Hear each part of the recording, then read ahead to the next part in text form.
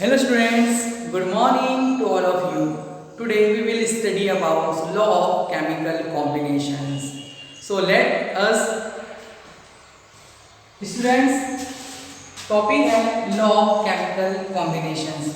तो what do you mean by law of chemical combinations? तो students chemistry के अंदर जो है कंपाउंड का फॉर्मेशन करने के लिए ना हम एलिमेंट से जो कंपाउंड बनाते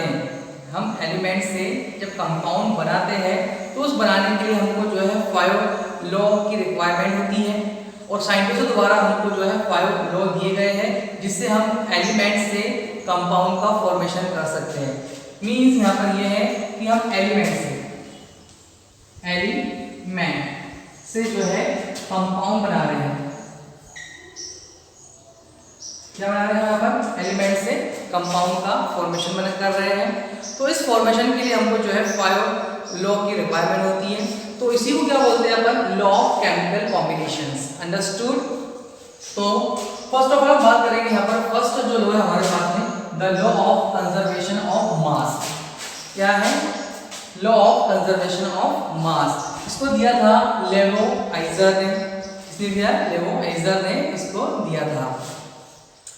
अब ये रूल्स ये लॉ क्या कहता है हमारे से कि जब हम एलिमेंट से जब हम कंपाउंड का फॉर्मेशन करेंगे, ठीक है, मतलब हम जो है रिएक्टेंट से प्रोडक्ट का फॉर्मेशन करेंगे तो उसके अंदर जो सब्सटेंस जो रहेगा कैसा रहेगा? कंजर्व रहेगा। मींस यहाँ पर ये है कि हम जो है ना ही सब्सटेंस को क्रिएट कर सकते हैं ना ही इसको डिस्ट्रॉय कर सकते हैं।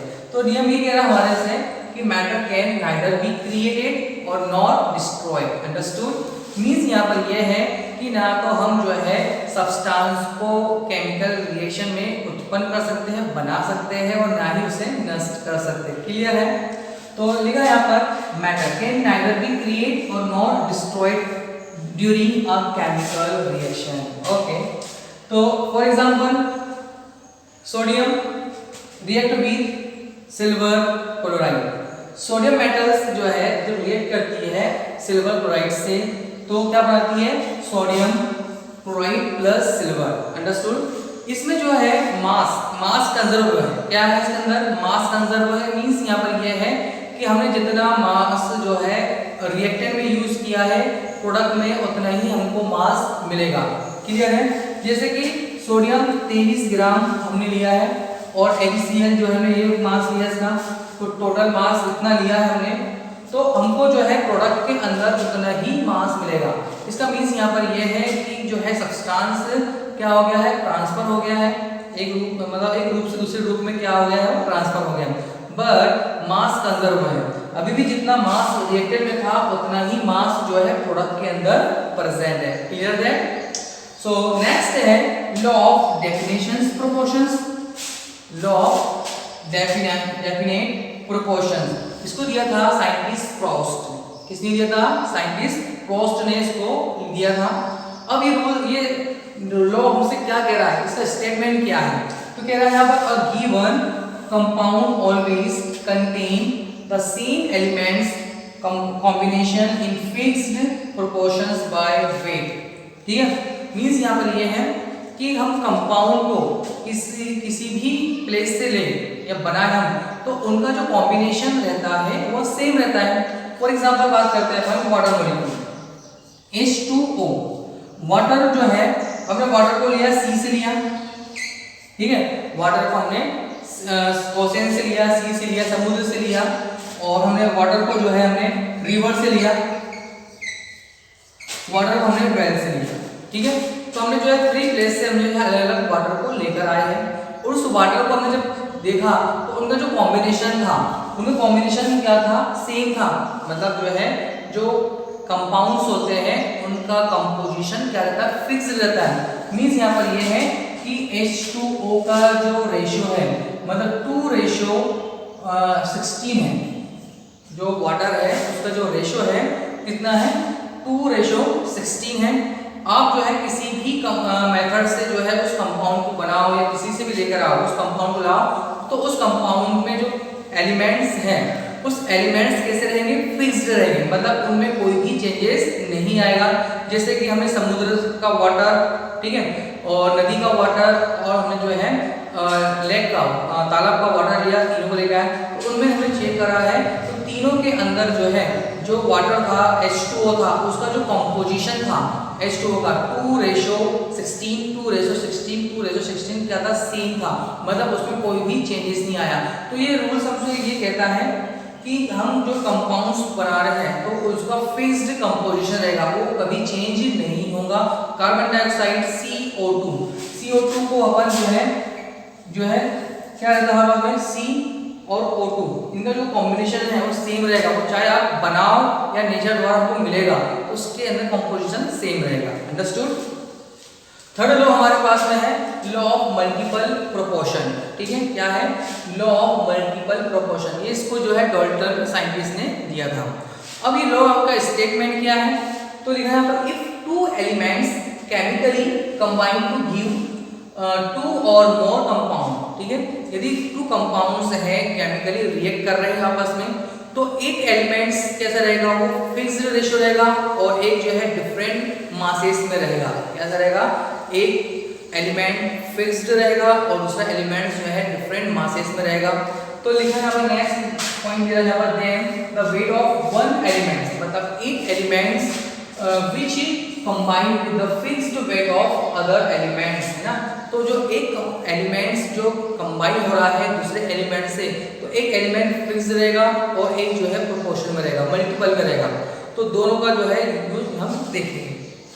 तो fixed weight of other elements in those compound bear a simple multiple ratio two one another, मतलब एक एलिमेंट फिक्स तो दूसरा क्या रहेगा, मल्टीपल रेशियो में रहेगा। तो let's see first of all example हम ले रहे हैं, यहाँ पर हम बात कर रहे हैं यहाँ पर नाइट्रोजन और ऑक्सीजन। नाइट्रोजन और ऑक्सीजन से जो है डिफरेंट टाइप्स के कंपाउंड का यहाँ पर फॉर्मेशन हुआ है। फर्स्ट है नाइट्रस ऑक्साइड, नाइट्रिक ऑक्साइड या nitrogen dioxide, nitrogen pentoxide, nitrogen trioxide, nitrogen tetroxide, nitrogen pentoxide. अब इसके अंदर हमको देखना है कि फिक्स्ड कौन है, इसमें फिक्स्ड जो है नाइट्रोजन रहेगा और एक जो अदर एलिमेंट्स हैं वो मल्टीपल प्रोपोर्शंस में रहेगा, इसमें रहेगा मल्टीपल प्रोपोर्शंस में रहेगा। लाइक N2, एक N का जो मास होता है 14 और वन ऑक्सीजन का मास होता है 16। अंडरस्टूड। तो N2 है तो इसका मासेस हो जाएगा 28, इसका मास जो है 28, तो 16 किसका रहेगा, ऑक्सीजन का। इनका जो सिंपल रेशियो है 28 का सिंपल रेशियो कितना रहेगा, जब हम डिवाइड करेंगे 2 से कितना आएगा, 14 आएगा, और जो है 16 को जो सिंपल लेके आएंगे तो कितना आएगा, 8 आएगा, तो 14:8। ठीक है, फर्स्ट जो है हमारे पास का नाइट्रस ऑक्साइड है उसका जो है रेशियो आ रहा 14:8 आ रहा। अंडरस्टूड। सेकंड है नाइट्रोजन ट्राइऑक्साइड, नाइट्रोजन ऑक्साइड। अब नाइट्रोजन ऑक्साइड बोलो या नाइट्रोजन डाइऑक्साइड N2O2, तो N2 इसमें कितना है 28 है, सिंपल रेशियो कितना आएगा उसका 14 हो जाएगा, और 32 किसका है, डबल है, उसमें कितना आएगा 16 हो जाएगा, तो यहाँ पर है 14:16। अंडरस्टूड। अब थर्ड को हमारे पास है नाइट्रोजन ट्राइऑक्साइड। नाइट्रोजन ट्राइऑक्साइड के अंदर जो है 28 क्या है हमारे पास, नाइट्रोजन है, 2 नाइट्रोजन है तो उसका मासेस क्या होगा, डबल होगा, 28 रहेगा, और जो है यहाँ पर ऑक्सीजन कितने 3 ऑक्सीजन है तो कितने रहेंगे यहाँ पर 48, तो इनका सिंपल रेशियो कितना रहेगा 14 और इसका रहेगा यहाँ पर 24, तो इनका रेशियो जो है 14 और 24। अंडरस्टूड। उसी तरह से यहाँ पर जो है नाइट्रोजन डाइऑक्साइड, नाइट्रोजन डाइऑक्साइड के अंदर जो है नाइट्रोजन 2 है और ऑक्सीजन कितने 4 टाइम है, तो यहाँ पर 28 का यहाँ पर सिंपल रेशियो 14 हो जाएगा, इसका कितना हो जाएगा यहाँ पर 32 हो जाएगा, तो 14:32। और यहाँ पर जो है नाइट्रोजन पेंटाऑक्साइड 28, यहाँ पर 80, यहाँ पर जो सिंपल रेशियो कितना आ रहा है 14 आ रहा है, इसका कितना आ रहा है 40 आ रहा है।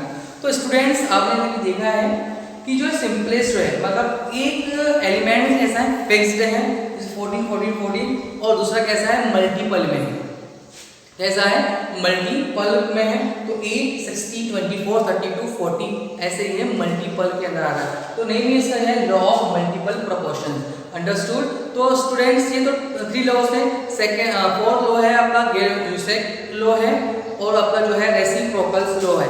जो साइंटिस्टों द्वारा दिए गए हैं। तो कुल मिला के जो है 5 लॉ है हमारे पास में, जो हम ये डिसाइड कर सकते हैं कि एलिमेंट्स को कंबाइन करने से कंपाउंड का फॉर्मेशन होता है। तो हमको जो है वो 5 जो लॉज होते हैं उनसे हमको क्या करना पड़ता है, होकर गुजरना पड़ता है, तभी क्या होता है, कंपाउंड का फॉर्मेशन होता है। आई होप आपको ये समझ में आएगा। ओके, ठीक, थैंक यू।